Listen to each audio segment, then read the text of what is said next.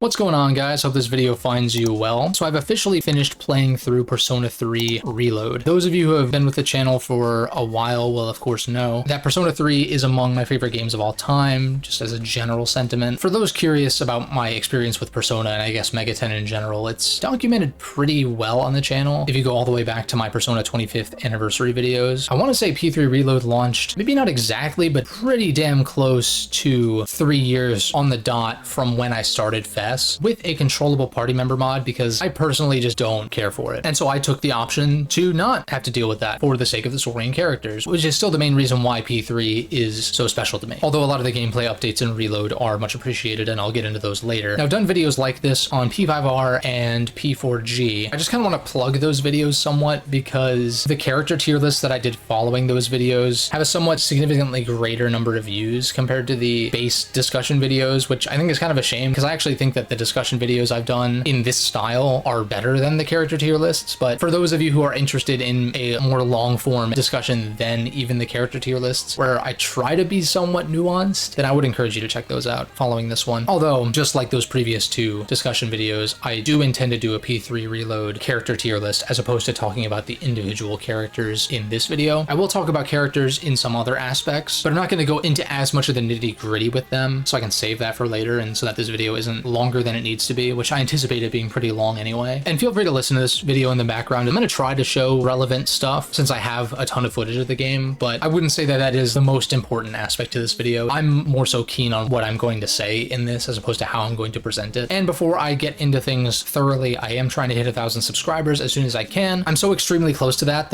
any video now, I may say that I'm on my way to 1,000 and I might already be there. So hop on so you can say that you were here before I hit 1,000 subs or whatever. I really do appreciate it, genuinely. There's a few things that I want to note about my playthrough of Persona 3 Reload that may not be hugely relevant to later sections, so I just kind of want to throw them here. I played this game with the Japanese voices, as I tend to do with pretty much every Mega 10 game that I've played. It's really just a preference thing. This playthrough was also done entirely on Merciless difficulty, which I believe is brought up later on, but just to note it at the beginning of the video for those who are curious. I did not purchase any of the DLC, because for one, fuck Day 1 DLC, but also it's cosmetic stuff. In particular, it's cosmetic stuff where I never really change the costumes for my characters and rarely have an interest in swapping soundtracks for other game soundtracks when that's an option, because if I wanted to hear those soundtracks or play as whatever characters the characters in said game are cosplaying as, then I would just play the game that those things are from. But even so, I usually just stick to the default costumes anyway, even with stuff you can unlock in the game. I also am not a big fan of DLC personas because they tend to be notably more powerful, which makes sense because you would be paying money for them, but I'd rather them just not be there. And lastly, before I move on, I had mentioned previously that I had pre-ordered the Aegis edition, which is like the special collector's edition for Persona 3 Reload, and I did pre-order it. However, before mine arrived, I watched an unboxing video and it just seemed not entirely worth the price. For one, because I play on PC, I would have had to sell the physical copy that it came with along with the DLC codes. But the main reason why I bought it, which was for the art book, was apparently paperback based on what I saw at least, and the Aegis statue just seemed kind of not really worth the price of admission, and so I opted to return my box copy of the Aegis edition. Now, if there is a hard copy version of that art book out there, maybe I will seek that out as an individual item later on, but I already do have a model evoker that I got off Etsy a few years back that kind of serves as my Persona 3 collectible, so to speak, so I don't really need an additional figure per se. I'm not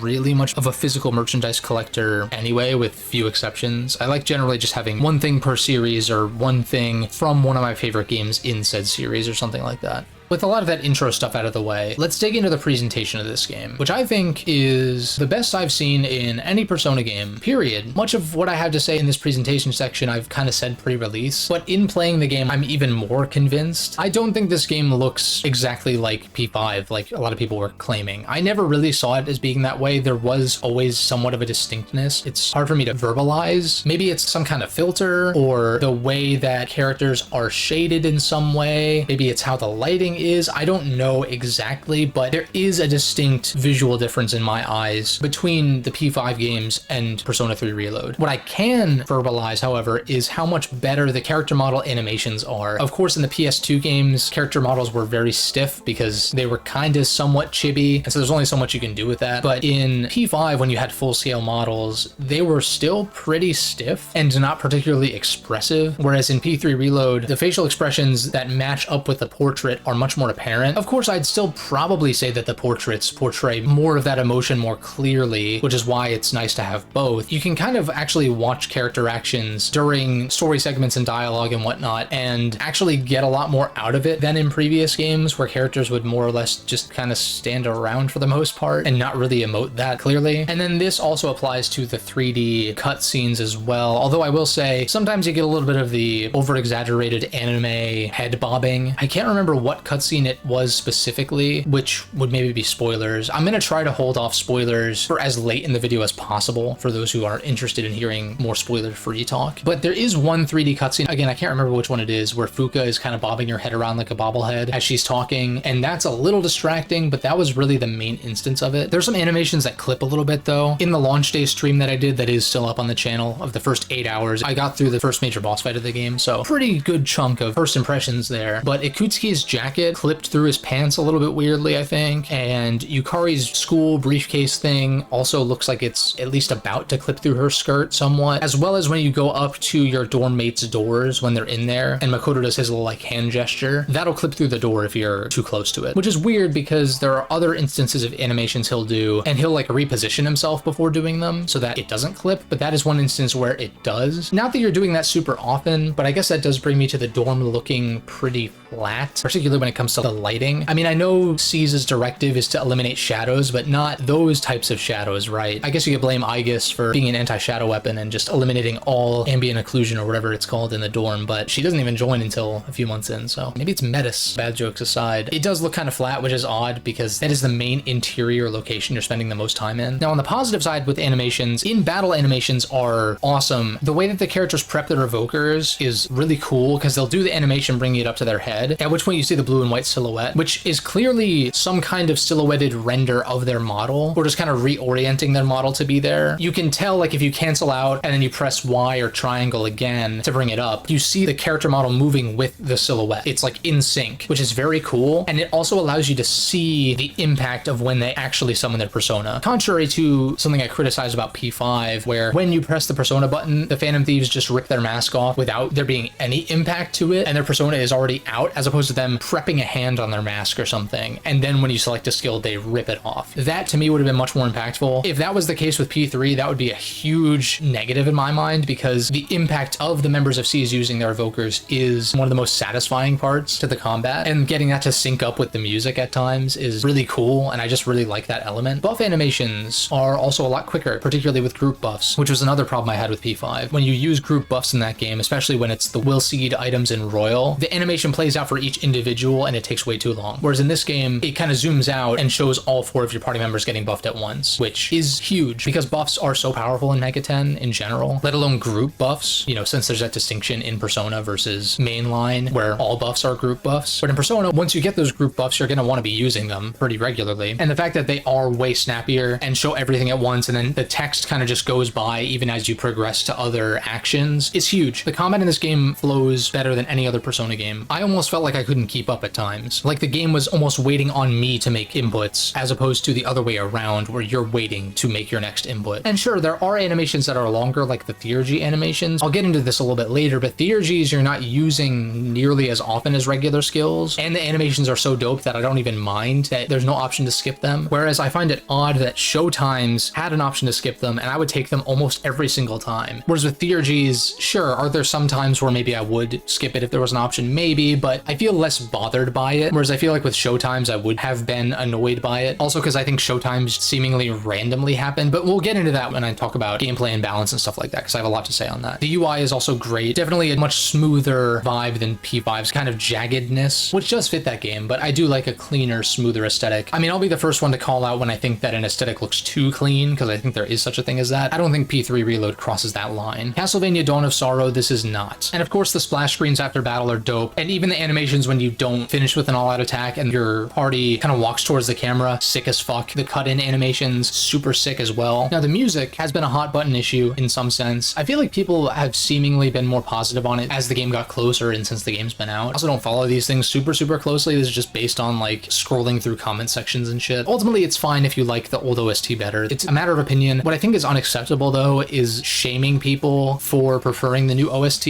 And this is not me trying to defend myself. I really couldn't give less of a shit if you think poorly of me or something because I prefer the new OST, but it's really just the sentiment of like, oh, you must have started with P5. I've seen that whole thing in the Fire Emblem community with Awakening and calling everyone Awakening babies and whatnot, back when that game was newer, right? That game's 10 years old now, so the term Awakening baby, it's like you have veterans of Fire Emblem that have been playing Fire Emblem for longer than people had been playing it prior, in some cases at least. And with Persona, it's like, if you start with Persona 5 vanilla, I mean, that game is coming up on 10 years old before we know it, at least the Japanese release. It's just a weird elitist kind of thing that I've seen every now and then, and I don't know, as someone whose fourth Persona game was P5, even if I didn't finish Innocent Sin, I played a good amount of it before I even touched P5 at all. I prefer Reload's soundtrack largely. Do I think that that completely invalidates the original soundtrack? No, but I can't help but feel like some people are walking on eggshells having to clarify or justify their opinion of preferring Reload's soundtrack by being like, but the original can't be replaced, of course, or oh, the original can't be surpassed, or like whatever. Sure, it's not replaced because the original game still exists. You can still go play it if you prefer that for whatever reason. I'm sure that Reload will eventually be moddable to implement the old soundtrack if you want to do that. And I also do think that it would have been nice of Atlas to give an option. All of that aside, even the tracks that I was most off-put by pre-release, Mass Destruction, When the Moon's Reaching Out Stars, among maybe some others, but those are the major two, especially the latter. Since I've now put, 100 plus hours into P3 Reload, I actually really like the new versions of Mass Destruction and When the Moon's Reaching Out Stars. Do I think the frog noise is a little too loud in Mass Destruction? Yeah. To me, it's not as noticeable in-game for whatever reason, though, compared to when I listen to it standalone. The vast majority of the soundtrack is at the very least a side grade to my ears, if not some tracks that I think are pretty major upgrades, like Iwatodai Dorm, Changing Seasons, among others. I do think the trumpets in This Mysterious Feeling, Joy, and to a lesser extent Afternoon Break, even if they are the same sound, it just doesn't bother me as much in that track, but I think the trumpets in those tracks sounded maybe a little too MIDI for my taste. I feel like a number of other tracks used more realistic sounding instruments, like the new recording of Aria of the Soul, but it is one of those things that did kind of just grow on me. I no longer feel really any pressure to mod in the original soundtrack, even if, once again, I do think that it would have been nice of Atlas to include a toggle between the two. Although that would have been a little bit weird because you have Color Your Night and it's going down now. That would, I think, clash in a sense with the other themes, but maybe you would just cut those out. I'm sure there's ways they could have implemented it, but that's just a thought as to why they didn't because of the new tracks.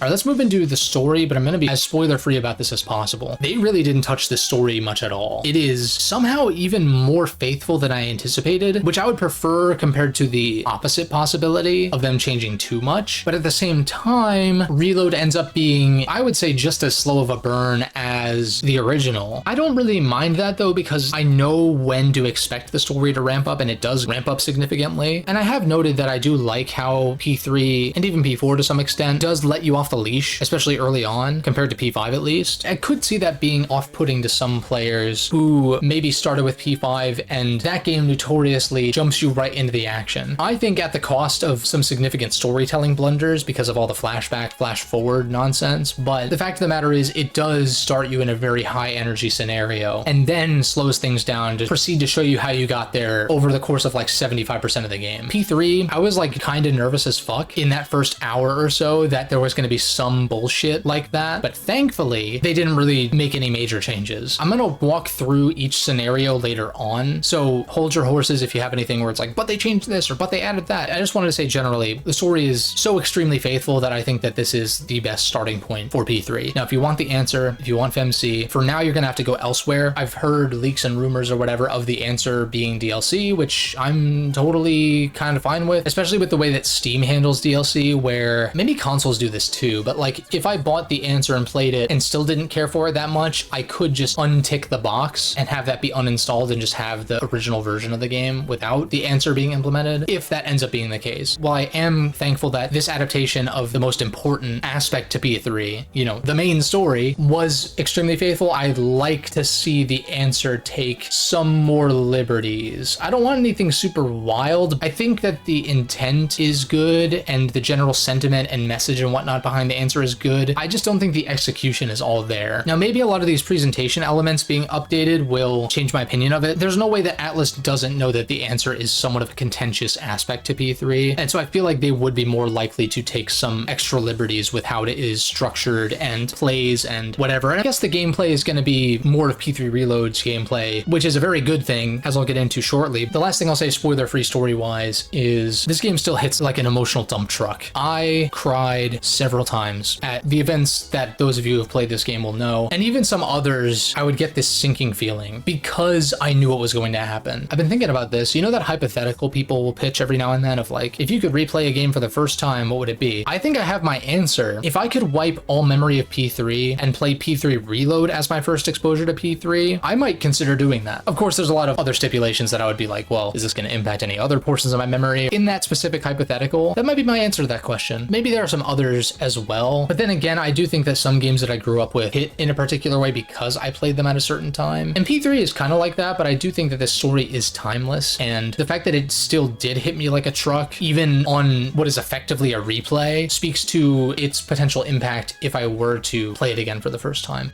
So let's pivot away from story for now and go into gameplay stuff, primarily the social sim, daytime kinds of gameplay stuff, before getting into Tartarus and the combat side of things. Thanks to this game's story being beyond faithful in some sense, the characters and social links are also, from what I could tell, very faithful. I'm very upset because I didn't max every social link, because I didn't prioritize the school social links as much as I should have. I didn't anticipate some of the vacation time that was given. I ended up maxing everyone except for Chihiro, Keisuke, and Bebe, who were all at rank 5. I would have liked to have done their links, but I was able to finish Mitsuru, Fuka's, Yukari's I had done quite a bit earlier, and Aigus's links up until the final day. Like, I literally did Aigus's 10th rank on the last possible day to do social links, and I kind of had to math it out with that last week or two I had in game time to be able to do that, because I for sure wanted to do Aigus's social link, because that is a non-negotiable. I did, however, get all of the other achievements since they were very manageable, and my compendium is damn near complete. I think it's 95%, if not higher. I would guess the only personas I'm missing are the 3 ultimate personas for Justice, Temperance, and Fortune, you know, for those S-links that I didn't finish. Weirdly enough, my playtime, according to Steam, was 117 once again. I don't know if it's a weird rounding thing or what. My initial P4G time was 117, I think. And then P5R I've not jumped into since finishing it, and that's at 117. It's very weird. I did have to jump back into P3R after that 117 to fuse Messiah, because I just totally skipped out on doing that, and there was an achievement for it. So I had to fight the final boss again and like do all that to make sure that particular entry carried over into New Game Plus. But I do think that in New Game Plus, whenever I decide to do that, it'll be very easy, I think, to max all the social links. I'm sure that there were 15 school days in there where maybe I did non-school links, and I don't have to worry about leveling my social stats either. Now, I don't know what else carries over. Like, I don't know if combat characteristics carry over. I kind of hope not. Also, the availability to buy the URL to increase your social link points or whatever they're called at night. I wonder if you can buy those early on in New Game Plus, because that would also help if you're like in between stages and you don't want to waste a whole day getting a social link to the point where it can rank up. But let's talk about the characters and social links themselves broadly, since I want to save the details for later. This is easily, I think, the best main cast in 3, 4, and 5. I do appreciate the group dynamic in P4, and I think the character work in P5 is generally pretty good as well. But as individuals and even as a team, I like C's pretty significantly more than the investigation team and the Phantom Thieves. The way characters are written and handled in P3 feels much more realistic and grounded in a sense. They just don't open up to you right away, because that's how people are, right? I understand that the Phantom Thieves and the investigation team have kind of a trauma bonding thing going on, and C's does too. And so I guess in that aspect, it's understandable that you rescue Yukiko from the TV world and she instantly wants to open up to you and hang out and whatever. And same deal with really any P4, P5 character. I like P3's restraint when it comes to the party member social links, and not being able to do them until, for 1, certain story events, and for 2, maxing out certain social stats. This also allows for there to be much more character development for each of these characters throughout the game in the main story, on top of additional insights from their social links, as opposed to having them develop up to a certain point, and then because the social links are the bulk of character development for the P4 and P5 cast, they kind of hold back on doing a lot of character development for them in the main story, with some exceptions, but largely I would kind of agree with those sentiments that people have had in the past about character development being tied in more with the main story than just being relegated to social links / confidants. Even beyond that, I just like this cast a lot more, and I think the dynamic is also really nice. In a different way though, some people don't like P3's group dynamic as much because they feel more like coworkers. I both agree and disagree with that sentiment. I think they start off as being a little more distant and almost coworker-like, but at the same time, I don't believe that a friend group of that size is like sustainable in that, sure, you can hang out all as a group and all be friends with one another. It makes more sense to me that there would be pairs or trios of people in said groups that gravitate to each other more so than others. And I also really like the tension that's present between certain pairs or trios of characters as well. I think all of these aspects add up to why I love C's so much as a group, as well as individuals, because they're not so beholden to the group, which is also expressed through them not always being available to go to Tartarus, which I'm glad they kept in, because they've got other shit going on. They have friends outside that we don't need to see because it's not really relevant. I do like how the social links in 3, there's a thing in 4 as well, but in 3, a lot of your social links have nothing to do with C's, really. There's a thematic through line a lot of the time because they're dealing with some kind of problem that has to do with kind of life in general, whether it be losing a loved one, getting over insecurities, knowing when to ask for help, getting over puppy love and growing from that. The thing about the social links generally is they are a lot more mundane. You're not busting up a Yakuza operation, and you're not trying to help a ostracized doctor get her license back, and you're not trying to just generally do these more, I would say in a sense, bombastic events in the social links compared to P5. I think that something does get lost in P5's confidants by being grander in a sense. There is something human and personal about each of the social links that I really like, even if they're not directly the most interesting things ever on the surface. I did like that people could actually wander into Tartarus. I think that was a P3P thing maybe. I'm glad that was implemented here because that is just kind of a component of the story that was not really present in the PS2 version as far as I can recall at least. And even some of your social link characters can wander into Tartarus and do. And if you don't rescue them, you lose that ability to rank up that social link, which is really dark and fucked up. In the original P3, there was also the possibility of social link reversal, which is if you picked too many of the dickhead dialogue options, then the character that you were doing the social link with would get mad at you and you would not be able to progress their social link without, I think, hanging out with them a few times to undo the reversal or something, or you had to apologize. I don't remember exactly because the one time I encountered that was with a character that I didn't bother to repair the social link with because there is like a time limit as far as how many days can go by or something to that effect. This also previously had to do with the way the dating mechanics worked in the original P3, where all of the girls you had social links with forced you into the romance path at a certain stage in said social link. There was some kind of jealousy mechanic where if you were hanging out with some other girl for too many times, then the other ones would get jealous and like whatever. I get that that does add a degree of immersion to a point, but when there is no option to stay platonic and that kind of thing is forced on you, I just don't really like that pretty much at all, especially because the dating aspects to these games are, for one, extremely shallow, and for two, I don't really feel like I get a whole lot out of it. I'm not really here for that. I'd go as far as to say if they removed the romantic options from Persona 6, I really wouldn't give a shit. I don't think they're gonna do that because there are a lot of people out there who do care about that stuff, but I just don't really. I did opt to romance a character though for the sake of the achievement, also because I'm always just curious to see how things play out in that aspect. So I romanced Yukari, since in Reload you can just pick one, which is usually what I do. I don't really have any interest in the harem route or like any of that stuff. Again, this whole romance kind of shit is really not a big interest point for me when it comes to Persona at all, which is why I still find it odd that people will throw shade at Persona for that aspect when largely it is completely optional. And I'm sure there are a lot of other people like me who just don't really care about that aspect too much. However, I will say, for the sake of the P3 MC, who I'll refer to as Makoto Yuki, I did enjoy the last rank of Yukari's social link where they do kind of have that bonding moment. It's very tender, but it's more so for the sake of the main character as opposed to myself, because I very much, maybe more so than in most Megaten games in general, view Makoto Yuki as being his own character, even if he is a largely silent protag and is intended to be a self-insert kind of protagonist. And I would say the same for the other Persona protags as well. In some other Megaten games, I do think that it's fine to have the player kind of act as an avatar. This is all to say with the added layer that I do think for the purposes of what kind of game Persona is, that the silent protagonist stuff does does actually work, primarily in gameplay moments, selecting dialogue options and that kind of stuff. But just because that is the case doesn't mean that I somehow view myself as being the protagonist in the game. I don't really understand that point unless it's in a game where there is some element of character customization or the character is truly a completely blank slate, which the P3 Pro Tag is very much not. That's kind of my 2 cents on this topic, but I do have more to say on it in the more heavy spoiler section, so I'll save the rest of my thoughts on this. While I do think it would have been nice to add social links with the male party members as was present in P3P, I do think that the linked episodes kind of prove that you don't need social links to add extra character moments and give you the same experience as a social link without A, needing to be 10 ranks, which I think is something I've touched on in the past too, and B, needing to be generally as structured as a social link. Because I do think that there are a number of social links and confidants even that don't really need to be 10 ranks across all 3 of these games. I'm hoping that the linked episodes are kind of a sign of maybe breaking that mold a little bit more for P6. Something I didn't note, but I do like that was changed from P5 at least, is that you don't get these super broken abilities from your S-links. It really is just the fusion bonus. The linked episodes do give you some buffs to certain stats, although stat buffs for the MC are not like that amazing because you're swapping personas constantly. But you know, a little extra SP, a little extra HP, maybe an item here and there or whatever. There's extra incentive on top of the characterization aspect. And something to keep in mind with the linked episodes in particular is they aren't locked to specific dates. And I know this because I skipped some because maybe there was a social link I wanted to prioritize instead that was only available on that day or whatever it might have been, and then proceeded to see that linked episode available the next time that character was available. I don't know if this is the case for all of them. Maybe there are some that are extremely time sensitive, but you don't absolutely have to do the linked episodes the first day that they show up in order to complete them. Though I do think that it is worth prioritizing them because of how unique they are and because I don't think it's as clear as far as what days those characters are available. But yeah, this is another point where the linked episodes, while not technically being social links, are basically just social links. And yeah, I really liked them. I think it helped to flesh out and improve my opinion of characters where I didn't dislike them, but I wasn't head over heels for them, being Ken and Shinji. Their linked episodes in particular did a lot for them. Now, in addition to the linked episodes being added, you also have more options on what to do at night. You can use the computer in the dorm lobby, which generally levels up your social stats. There's some stuff later on where it affects your ambushes in Tartarus. Like you'll get these blue streaks behind you, which cause you to, if you land a hit while using that, even if a shadow is facing you, you still get the advantage. I think there's one where the blue streaks will start sooner. I was a little hesitant at first. I was like, okay, is it gonna be too easy to ambush? And maybe it is. It makes you wait long enough into the game to where I eventually kind of relented and was like, nah, this is kind of cool, because there were still times where I didn't want to fight or didn't get the blue streaks going fast enough to where I didn't get the full-on advantage, and it was a neutral encounter or even a shadow advantage. Although I do prefer this method of exploration and ambushing compared to how P5 handled it from strictly a mechanical standpoint. In P5, it makes sense that you are sneaking around and getting easier ambushes on the shadows because you're the Phantom Thieves, so there is like that stealth kind of element. So I'm not necessarily knocking P5 for having that, but it's definitely too automated for my tastes. I prefer it being more in my control as to whether I nail an ambush or not. And now this would pivot me into talking about Tartarus, but I wanted to mention the hangouts you have with C's in the dorm to unlock their combat characteristics. I didn't make the connection, even though it was shown in trailers, that by doing each activity with each member of C's 3 times, you unlock a combat characteristic, which is kind of a passive buff that sort of factors into how these characters build their theurgy gauges, which I'll explain in the combat section. So like Yukari's, it decreases the cost of her healing spells, which is a very powerful ability, especially when you couple that with equipment that gives Invigorate. Yukari's SP barely depleted in the end whenever I was using her in combat. And so on one hand, I'm kind of glad that I waited to get those, so that way she wasn't so broken early on. But there are others, and like they vary in potency, right? I think Aigis, it boosts her physical attacks. Junpei, it boosts his critical hit rate. Mitsuru, it increases, I think, her ailment chance, etc., etc. I thought that was cool. Another thing that isn't a social link, but is still kind of in that same vein and still benefits you in the combat side of things, which is kind of the whole point of Persona, is that these non-combat components of the game actually do help you in the combat. Some of the combat characteristics are very powerful, but it's also not hard to avoid doing them, as I did for months and months and months. I don't think saying, oh, just don't use said powerful thing to make the game harder is a good excuse for something not being balanced, but even if these combat characteristics are powerful, I feel like they're a hell of a lot more balanced, at least, than the abilities you could get in P5.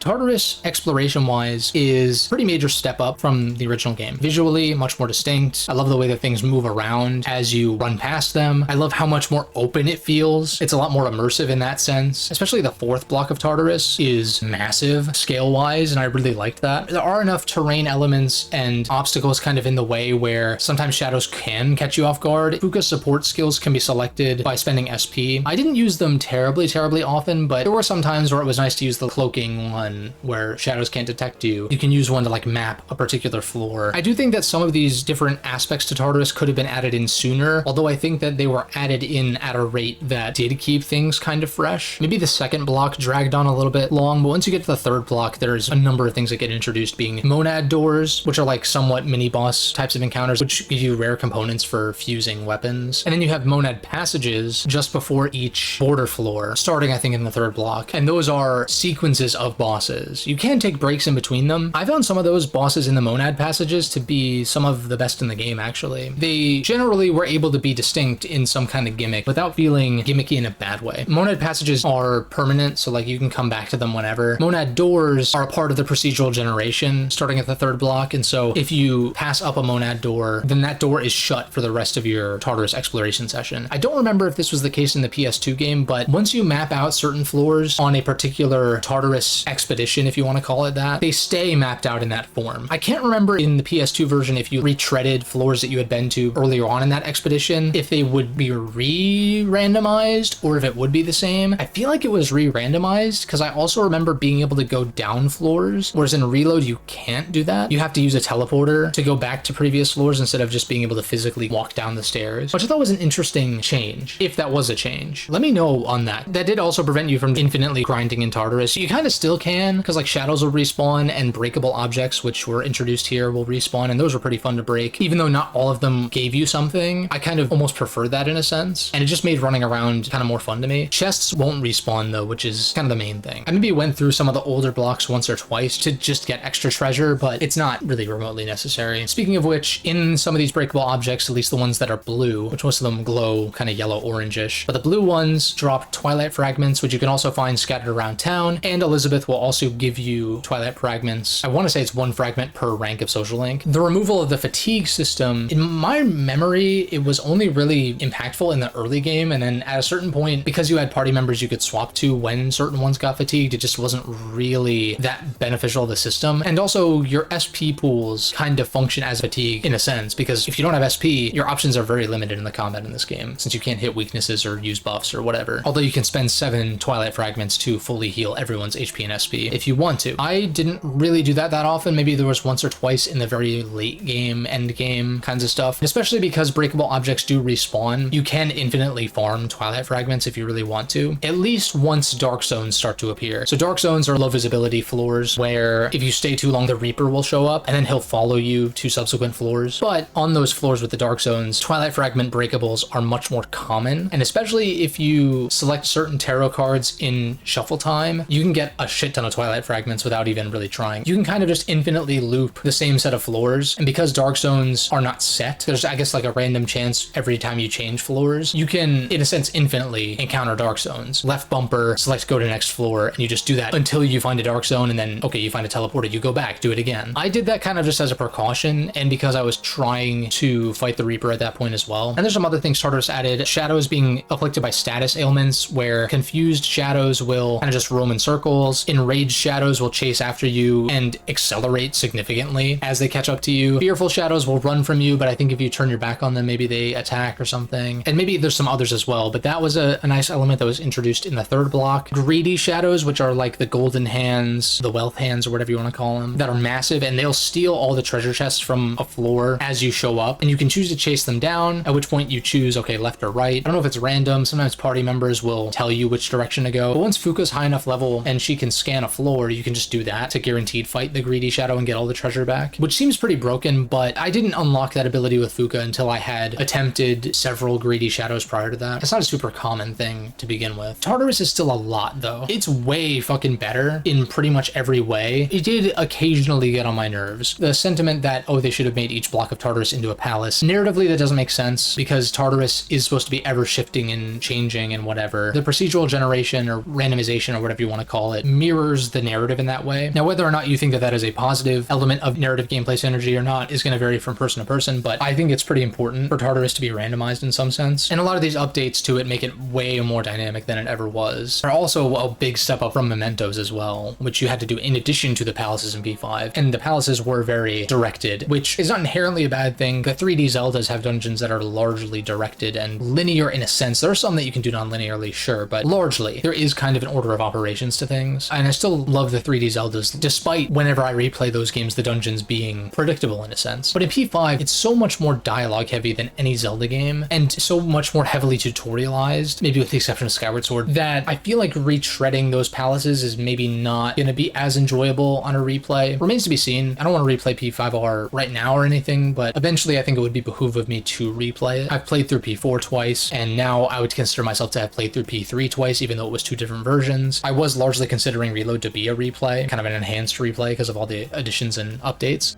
I think combat felt way more balanced than in P5. I played the entire game on Merciless, whereas the P5 I played on hard. Because my minimal time with Merciless in P5 vanilla, I felt like the weakness multiplier was not really to my taste. Maybe if I replay P5R, I would do Merciless this time. But regardless, I played P3R on Merciless. I do think for being the hardest difficulty, it wasn't as hard as maybe it should be, but not getting those crazy buffs and stuff like that from your social links or confidants, that's a big thing. Persona traits not being present in P3 Reload, I also kind of view as a positive thing. Now, do I think that traits were cool? Kind of. But my thing is that they were so specific that I really didn't pay them that much mind, and then they would just kind of randomly proc during battle, seemingly giving me advantages that I normally wouldn't have. And it was just kind of one of those things where it added an extra layer to each persona's utility, but I didn't really care for it. Primarily because you could kind of ignore it and